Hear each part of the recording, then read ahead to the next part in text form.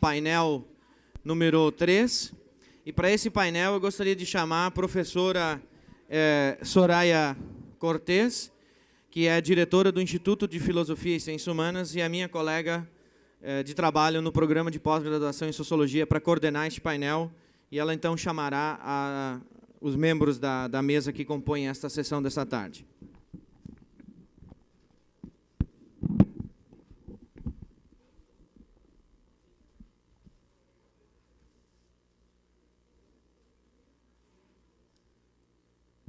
Bem, boa tarde. Em primeiro lugar, antes de chamar a mesa, eu gostaria de parabenizar os organizadores do evento pelo sucesso já evidente, né, do evento, pelo público que tem assistido, pela qualidade dos debates. Com quem eu conversei até agora, tem demonstrado como este evento está sendo importante, interessante, os debates muito instigantes, sobre um tema que para nós é muito caro, né, que é o tema da questão dos alimentos, do abastecimento. No Instituto de Filosofia e Ciências Humanas, esta área de políticas públicas, ela é uma área de políticas públicas em geral. Ela é muito importante para nós. Nós criamos há 4 anos atrás, um curso de graduação em políticas públicas, que forma este ano a primeira turma. Nós estamos também organizando um programa de pós-graduação em políticas públicas. E isso porque essa universidade, o nosso instituto e o departamento e o programa de pós-graduação em Sociologia consideram essa questão fundamental. E o tema do abastecimento, da segurança alimentar, ele é um tema crucial para que nós possamos pensar, né, políticas sociais, possamos pensar em políticas públicas abrangentes, nacionais e internacionais. Bom, então, após essa breve introdução, eu vou passar imediatamente a chamar os integrantes deste painel, que é denominado Estratégias de Conexão entre Produção e Consumo e Alimentos, o Esforço das Políticas Públicas e o Papel dos Atores Setoriais. Eu chamo, então, a professora Patrícia Chaves Gentil. A professora é nutricionista, especialista em saúde coletiva e mestre em nutrição humana pela Universidade de Brasília. Atualmente é a coordenadora geral de apoio à implantação e gestão do Sistema Alimentar e Nutricional da Secretaria de Segurança Alimentar e Nutricional do Ministério do Desenvolvimento Social e Combate à Fome. E assessora técnica do Programa de Alimentação e Nutrição da Fiocruz Brasília, desenvolvendo atividades voltadas à segurança alimentar e nutricional, hábitos alimentares e formação de profissionais de saúde na área de políticas de alimentação e nutrição. Chamo ainda o professor William Tripp. William Tripp é mestre em Economia e Estudos do Consumidor pela Universidade de Wageningen. Eu espero ter dito certo, não sei. Holanda. É empresário no setor de alimentos na Holanda, tendo atuado como gerente de vendas da Unilever. Fundador da empresa William & Dries, desde 2009, atua na intermediação da venda de produtos locais, como batatas, legumes e frutas, para as lojas mais próximas, com o objetivo de aproximar consumidores de agricultores e tornar essa relação a mais justa e sustentável possível. Chamo em seguida, para compor a mesa, o professor Altivo Cunha. O professor é consultor na área de abastecimento no Brasil, possui graduação em Engenharia Agronômica pela Escola Superior de Agricultura, Luiz Queiroz, da Universidade de São Paulo, USP. É mestre em Economia pelo Centro de Desenvolvimento e Planejamento Regional, CEDEPLAR, da Universidade Federal de Minas Gerais, e doutor em Economia pela Unicamp. Atualmente é consultor da Food and Agriculture Organization, atuando em projetos de cooperação internacional nos seguintes temas: sistema agroalimentar, políticas públicas, segurança alimentar, agricultura familiar e desenvolvimento tecnológico. Então, pelo currículo dos integrantes dessa mesa, nós já podemos prever que teremos um painel muito interessante. Então, nós vamos seguir a ordem de apresentação, iniciando com a professora Patrícia, depois o William, depois o professor Altivo. Eu pediria aos integrantes da mesa que falassem em torno de 20 a 25 minutos para que nós possamos ter tempo, ao final, de debater as questões que vão emergir das apresentações que serão feitas. Então, passo imediatamente a palavra à professora Patrícia. Por favor.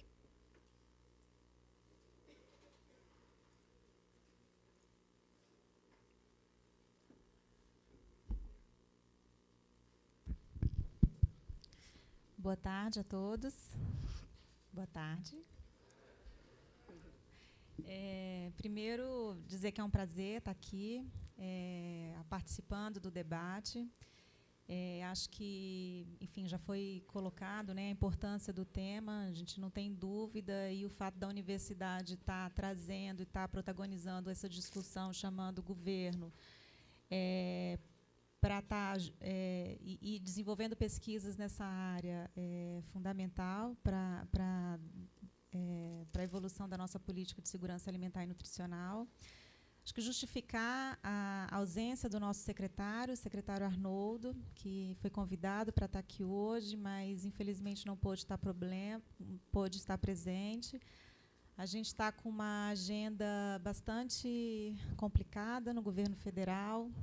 Estamos com alguns estados preparando as discussões para a 4ª Conferência +2, que vai acontecer no ano que vem, que é um momento de parar e olhar para a nossa política, revisar, debater e construir novos desafios. Então, a gente está com uma agenda intensa nos estados, e também o secretário está acompanhando a ministra com algumas outras agendas aí que não pôde estar presente. Então, bom, frente a tudo que foi discutido ontem e hoje, eu não gostaria só de reforçar que talvez eu não responda nem consiga dialogar com todas essas questões que foram levantadas, porque, dentre toda a complexidade dessa lógica do sistema alimentar, produção, comercialização, abastecimento e consumo, a gente teria que estar aqui com vários integrantes de governo para poder dialogar com vocês, compartilhar as coisas que estão acontecendo no Brasil enquanto política pública ou alguns programas e estratégias específicos nos setores. Mas o meu papel aqui é muito mais enquanto representante de uma Câmara, que é uma Câmara Interministerial de Segurança Alimentar e Nutricional, CAISAN, não sei se vocês já ouviram falar, que é uma Câmara composta por 20 ministérios, e que é uma Câmara que hoje é responsável por dar os encaminhamentos e as articulações das políticas relacionadas à segurança alimentar e nutricional, né? Então, eu estou, enquanto representante dessa Câmara, para apresentar um pouco para vocês como que o governo, como que o Brasil vem se organizando com a Política Nacional de Segurança Alimentar e Nutricional, que é uma política hoje, uma política de Estado, conquistada, né, há pouco tempo, mas, enfim, ela foi conquistada, e como que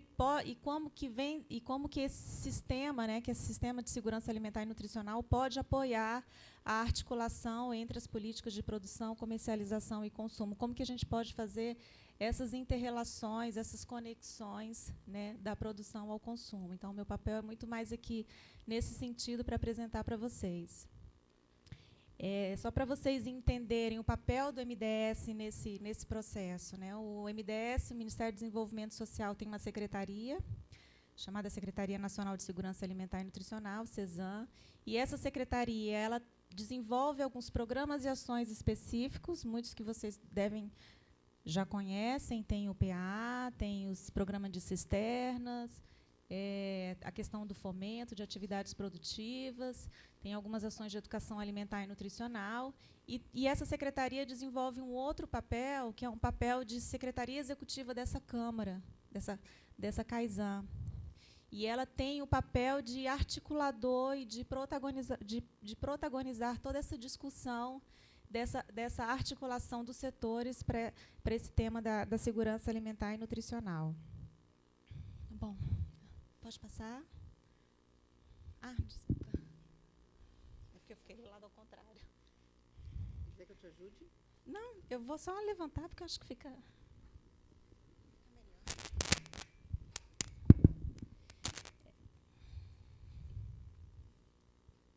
Ai, meu Deus.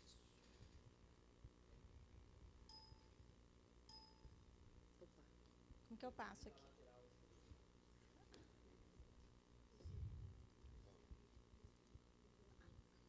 Tá, então, minha apresentação vai ser mais ou menos nesse formato. Vou trazer só alguns indicadores de onde a gente parte, um pouco do histórico dessa discussão do Sistema Nacional de Segurança Alimentar e Nutricional, os grandes marcos legais, onde a gente está nesse momento, um pouco da política e do Plano Nacional de Segurança Alimentar e alguns programas que, na prática, a gente verifica como que dá essa relação entre produção, abastecimento e consumo.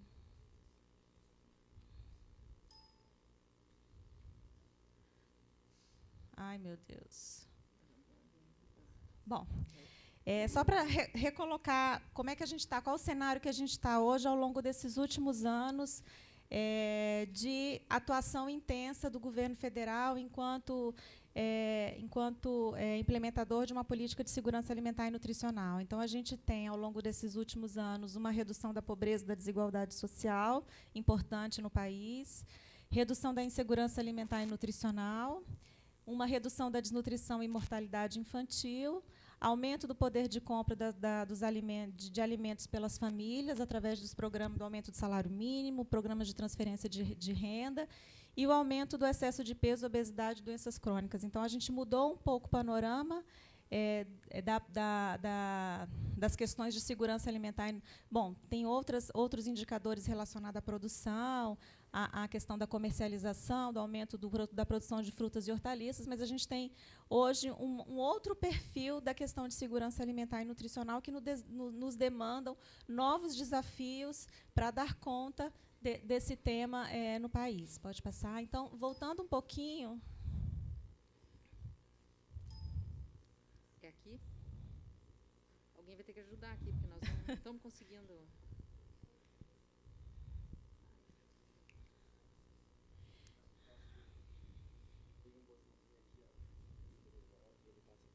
Pois é, mas eu apertei e não foi. Tá, vou tentar.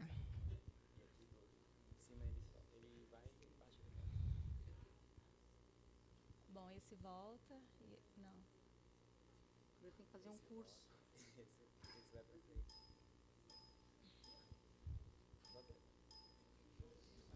Quem sabe o que faz, acho que é melhor. Passa para mim, para não perder tempo aqui. Bom, então, só voltando aqui um pouco, fazendo um breve resgate histórico, porque eu acho que é importante para vocês terem noção que a gente está que a gente tem a construção de um sistema que é muito recente. Pode passar? Próximo. Então, toda essa discussão da segurança alimentar e nutricional enquanto uma política de Estado, ela iniciou a partir de 2003, vocês devem se lembrar, com o governo Lula, onde ele colocou toda a discussão da fome enquanto um tema prioritário politicamente, e foi lançada a estratégia Fome Zero. Com ela, nasceu alguns programas que são muito caros hoje para a segurança alimentar e nutricional. Começou o próprio programa de aquisição de alimentos, as discussões da cisterna, enquanto uma política de Estado, toda a discussão da organização, da unificação dos programas de transferência de renda. Então, foi nesse momento que o governo começou a discutir a segurança alimentar e nutricional como uma política, como a necessidade de incorporar isso como uma política pública, né?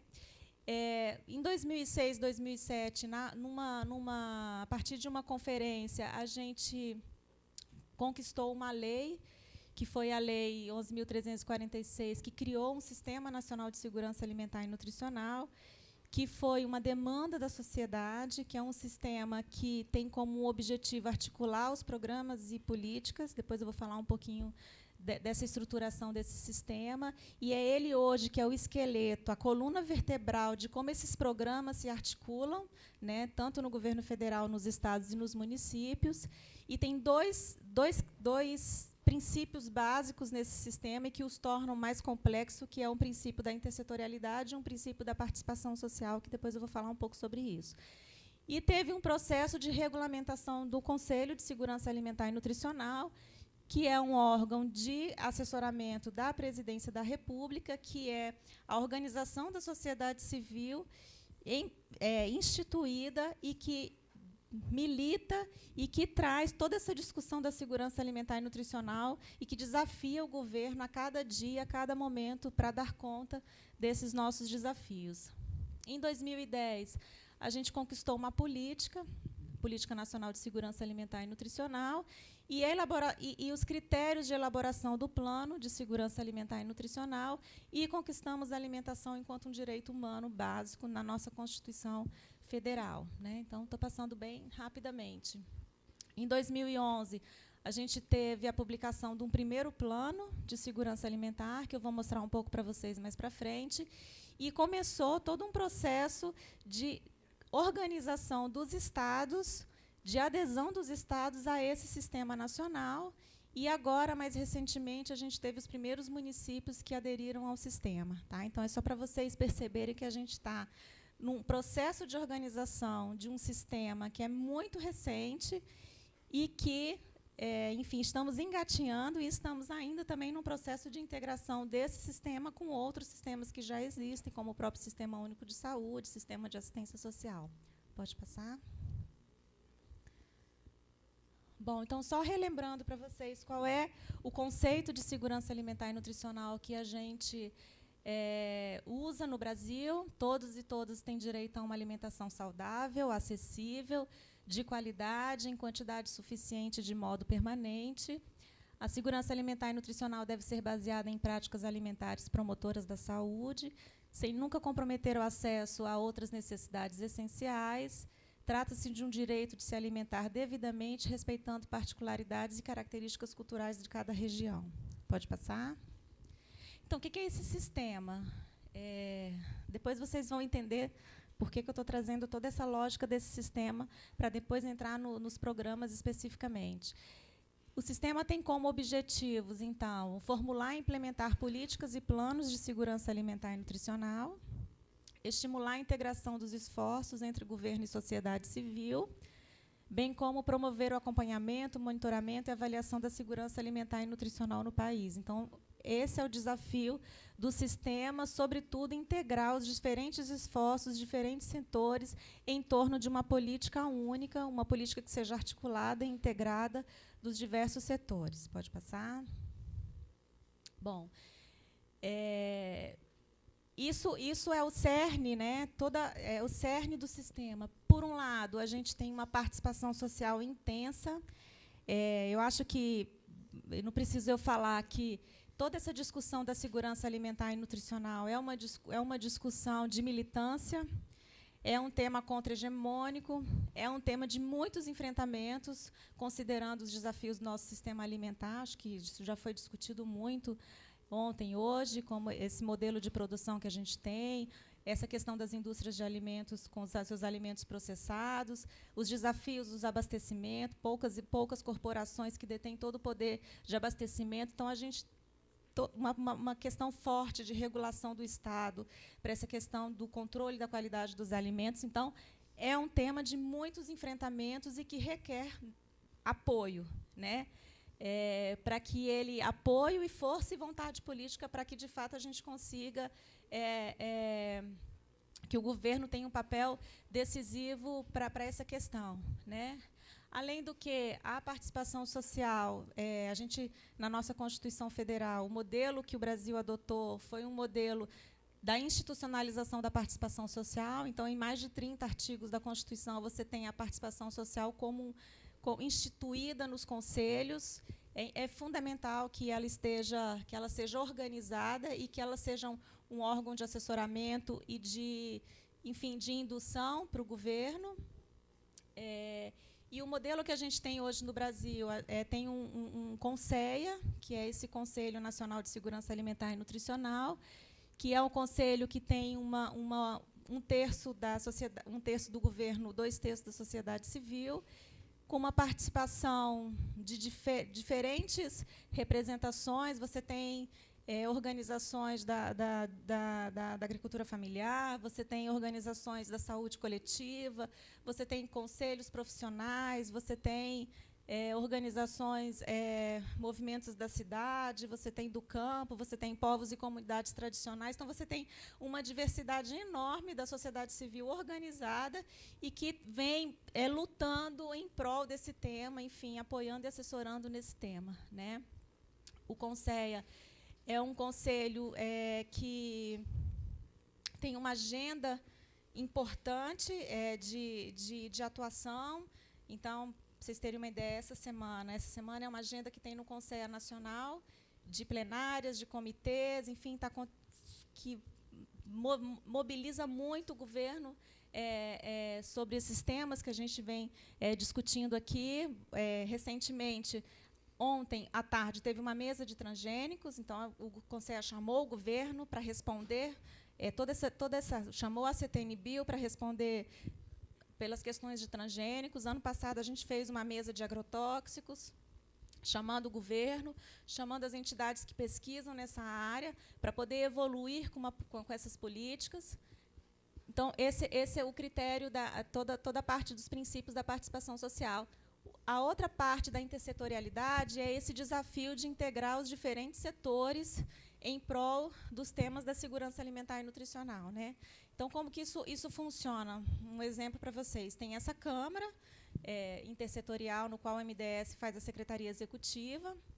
Essa Câmara tem 20 ministérios que têm assento: saúde, educação, desenvolvimento agrário, CONAB, justiça, fazenda, planejamento, enfim, são 20 setores nessa área.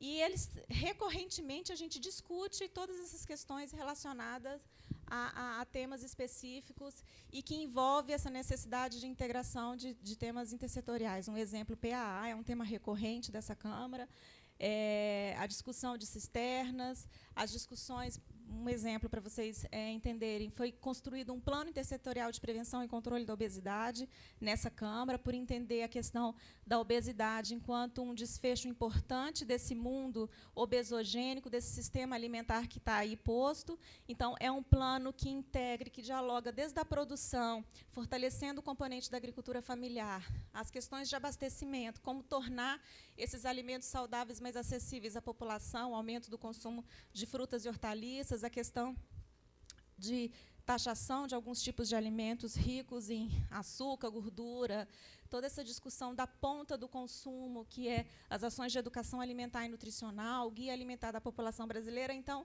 essa Câmara ela tem um pouco esse poder de congregar esses diferentes setores em prol de temas que são complexos pela sua natureza mesmo, né, e que envolve todos esses setores que tem que responder por par. Ou seja, esse é o desafio de romper as caixinhas e pensar nas políticas integradas, né? Então, essa é uma Câmara de Governo. E fóruns de pactuação, que é quando o governo federal pactua planos e ações com os estados e com os municípios, né, que vão pactuar a questão de financiamento, vão pactuar a questão de um censo de segurança alimentar e nutricional. Então, tem competências dos diferentes entes do governo federal, do estado e dos municípios, quais são as competências que esses entes têm na questão da segurança alimentar. Um exemplo claro, a questão de abastecimento. É uma competência de quem? Do município, do estado, do governo federal? Frente à sua complexidade, frente à sua dinâmica regional, o nosso entendimento é que ela é uma dinâmica muito mais que o governo federal tem que olhar para ela e tem que desenvolver todo o seu papel regulamentador do que propriamente um estado ou um município, né?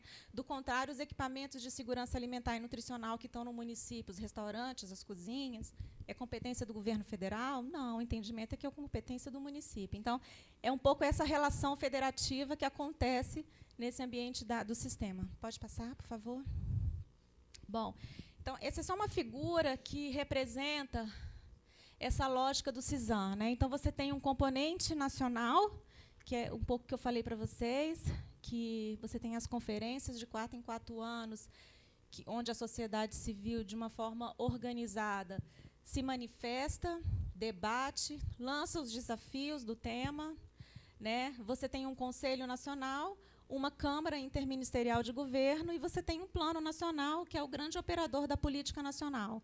Isso se configura no âmbito dos estados e se configura no âmbito dos municípios. Qual o momento que a gente está hoje? A gente está no momento que os estados já aderiram, já tem essa configuração posta. Por exemplo, aqui no Rio Grande do Sul, quem é a Câmara, quem faz o papel da Câmara Executiva, dessa Câmara Intersetorial, é a Secretaria, se eu não me engano, a Secretaria de Assistência. Está na fase de elaboração do seu plano estadual e a gente está numa fase do início da adesão dos municípios ao sistema, né? Então, essa relação federativa se dá através dos fóruns, bipartite e tripartite, tudo isso em função de uma política nacional de segurança alimentar e nutricional. Pode passar. Tá? Pode passar, não precisa entrar nesse detalhe.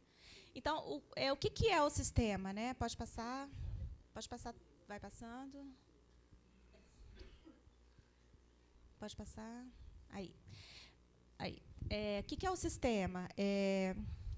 Quem diz o que fazer é a conferência, ou seja, a sociedade, de 4 em 4 anos, manifesta e diz o que tem que ser feito. O que fazer é a política, tem as diretrizes da política. Quem propõe é o CONSEA, que são esses conselhos da sociedade civil organizada, os órgãos e as instituições.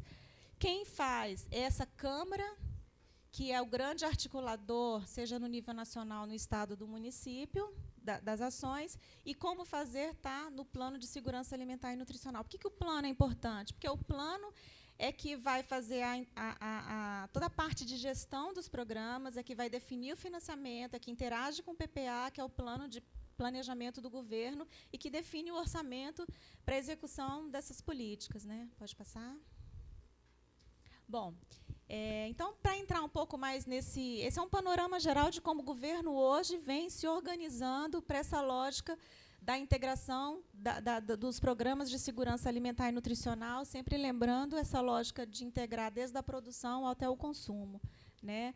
Nada mais é do que um mecanismo de governança, uma coordenação, um arranjo de coordenação dessas políticas de uma forma mais integrada e organizada, né? E não nas suas caixinhas, né? Então, só para vocês terem uma ideia, e talvez agora vocês consigam acho que talvez visualizar melhor nesse cenário todo, essas são as 8 diretrizes da política de segurança alimentar e nutricional.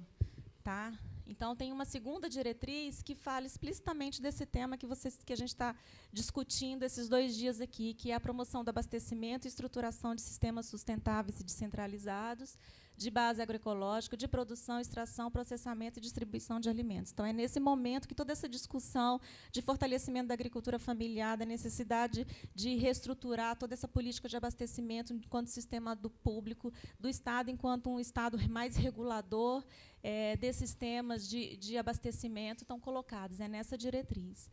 Além dessa diretriz, tem outras que tentam responder para os grandes desafios da segurança alimentar e nutricional. Então, você tem promoção do acesso universal à alimentação adequada e saudável, instituição de processos permanentes de educação alimentar e nutricional, toda a questão voltada para os povos e comunidades tradicionais, dos grupos mais vulneráveis, a discussão do fortalecimento das ações de alimentação e nutrição nos níveis de atenção à saúde, a promoção do acesso universal à água, questão da soberania alimentar, tá? Soberania alimentar, monitoramento e realização do direito humano. Pode passar? Vou correr um pouco. Bom, essa é a cara do nosso plano de segurança alimentar e nutricional, que é o grande operador da política. Pode passar, não vou entrar em detalhes, ele está disponível no site do MDS, para quem quiser ter acesso, e eu tenho uma cópia aqui comigo. Tá? O plano ele também traz alguns desafios para esse campo, né, do abastecimento, da produção familiar, que é basicamente nesses itens 4 e 5, que eu não vou, acho que eu vou passar, pode passar? Pode passar? Isso é só para vocês terem noção de que essa discussão da segurança alimentar e nutricional no Brasil, ela tem uma envergadura política importante, tem uma dotação orçamentária importante. Então, ao longo dos últimos anos, ela, de fato, vem sendo priorizada politicamente, em que pese alguns temas ainda serem bastante desafiadores, né, mas grande parte desse recurso ele é muito voltado para as políticas de acesso ao alimento, os programas de transferência de renda, toda a lógica de fortalecimento da agricultura familiar, alimentação escolar. Pode passar. Tá? E aqui, só para vocês terem noção, porque eu acho que aí a gente entra numa parte mais prática, dos principais programas que respondem para aquelas diretrizes. Então, para a diretriz de abastecimento e sistema de produção, que é o que a gente está discutindo mais aqui, você tem metas, estratégias definidas que vai desde a Política Nacional de Abastecimento, né, tem uma discussão aí sobre uma política de abastecimento, toda a parte de investimento da agricultura familiar, assistência técnica, todo seguro de produção, os programas de fortalecimento da CONAB, REFAP, PGPM, né, que é garantia de preço, programa de aquisição de alimento, discussão de reforma agrária, política nacional de agroecologia e de agricultura orgânica, que foi uma política lançada recentemente pela presidenta Dilma e que dialoga muito com as questões que foram colocadas aqui pela manhã, de agrotóxico, de transgênico. Então, tem toda uma política pensada que vai ser implementada via estados e municípios. Pode passar, eu não vou entrar no detalhamento dos outros. Bom, e como que isso se concretiza, né? Como que o CISAM se concretiza no nível municipal? Porque até então aquilo é muito mais uma organização do Estado e da política e do ponto de vista de gestão pública, mas como que isso se concretiza, né? A gente tem, pensando num sistema local e regional de produção, de abastecimento, a gente tem desafios que vai desde a produção da agricultura familiar, como que se dá essa logística de circulação, do fortalecimento das cooperativas, como que dá o pré-processamento. Eu estou pensando numa lógica de mercados institucionais, né? Como que se dá toda a lógica de processamento, armazenamento, como que isso chega até os equipamentos públicos de segurança alimentar e nutricional, nos restaurantes populares, as cozinhas, os próprios programas de aquisição de alimento, o Programa Nacional de Alimentação Escolar. Então, você tem vários desafios nesse cenário que precisa necessariamente de uma incidência forte do poder público para dar conta dessa lógica dos circuitos curtos, né, de produção a consumo, né, pensando em ações tanto do governo federal, dos estados, como também dos municípios, né. Então, pode passar? Já estou terminando. Para exemplificar, o melhor exemplo dessa lógica de relação são as compras públicas, que o Brasil vem acumulando uma experiência bastante importante, inclusive está exportando esses modelos de compras públicas. Você tem o Programa de Aquisição de Alimentos, que é um programa que nasceu em 2003, que vem se aperfeiçoando a cada ano com a sua legislação, que também tem alguns desafios, mas vem se aperfeiçoando. Tem um programa de alimentação escolar, que é mais novo, de 2009, que tem um potencial enorme de integrar essa lógica da produção, da produção até o consumo, fortalecendo a agricultura familiar, né?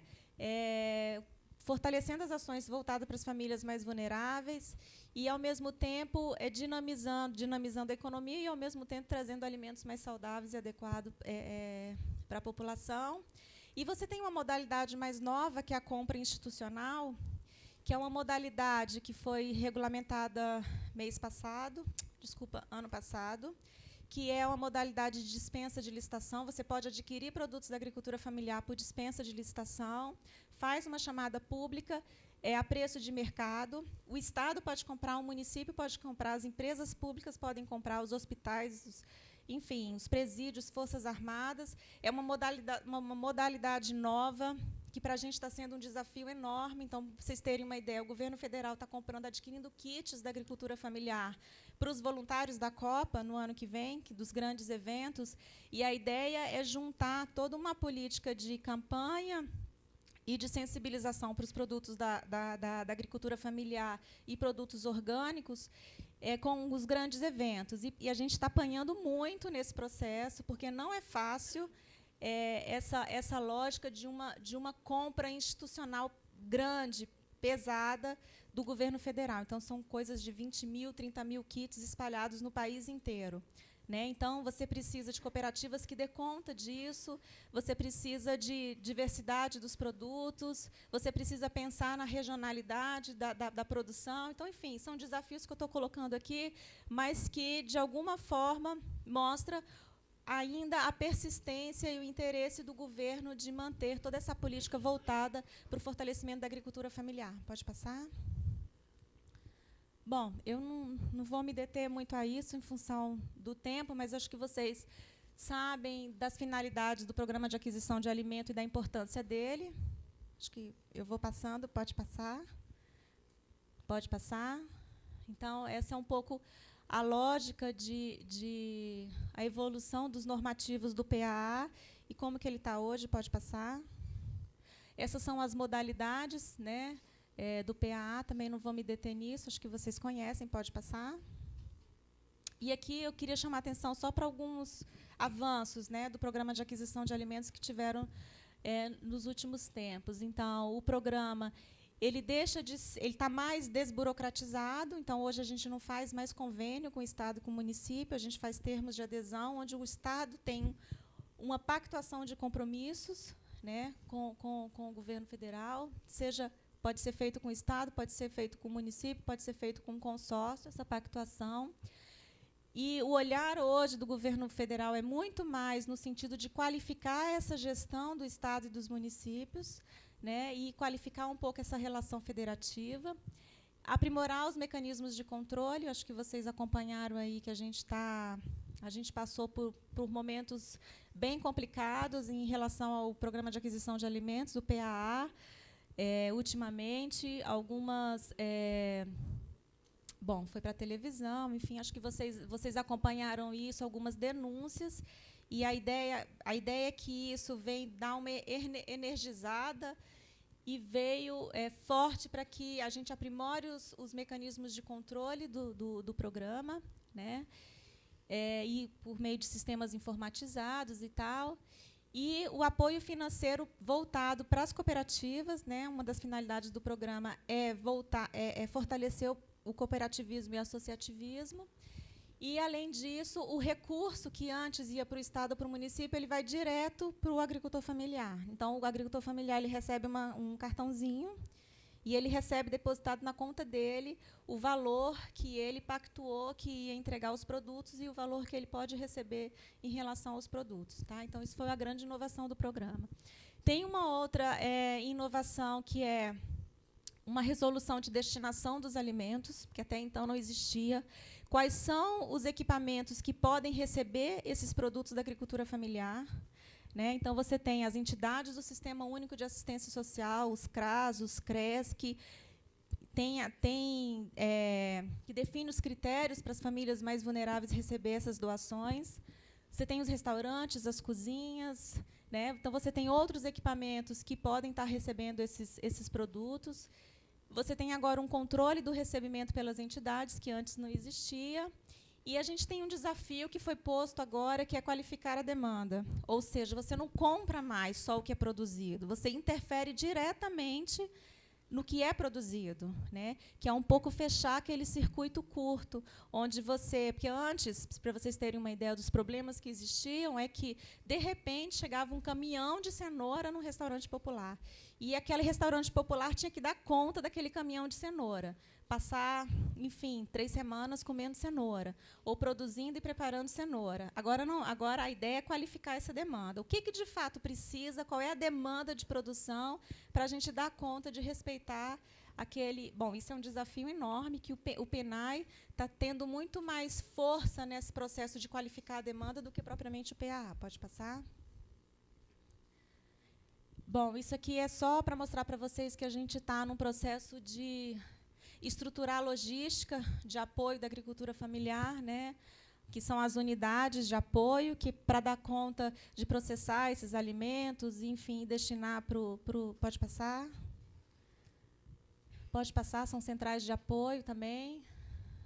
Os bancos de alimento, que tem no Brasil, eles ocuparam É um espaço importante de operadores do PAA também, de destinação dos produtos do PAA. Então, tem aqui alguns números, pode passar.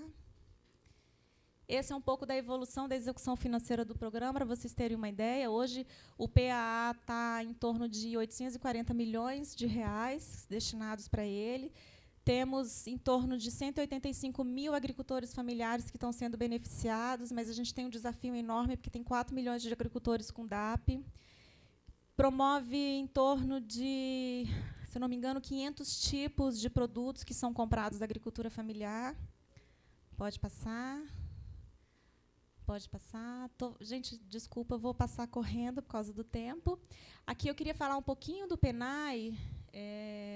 Creio que vocês conhecem um pouco, né, que é aquela lei que estabeleceu os 30% da agricultura familiar, a compra obrigatória de, no mínimo, de 30% da agricultura familiar com recursos do Programa Nacional de Alimentação Escolar. Pode passar. Isso é para vocês terem noção do desafio. Então, em 2012, o PENAI já comprou em torno de 360 milhões da agricultura familiar. A gente tem 50% dos municípios que conseguiram comprar o mínimo de 30% da agricultura familiar. Temos 30% que ainda não conseguiram nem chegar a esse mínimo, e temos 20% que ainda não conseguiram comprar por inúmeros gargalos e lacunas que existem nesse processo de aquisição de produtos da agricultura familiar, né? As chamadas públicas, algumas que enfim, não têm proponente. Pode passar. Pode passar, isso é só para ilustrar o gráfico. E alguns desafios que o PENAI coloca para dar conta dessa aquisição, né?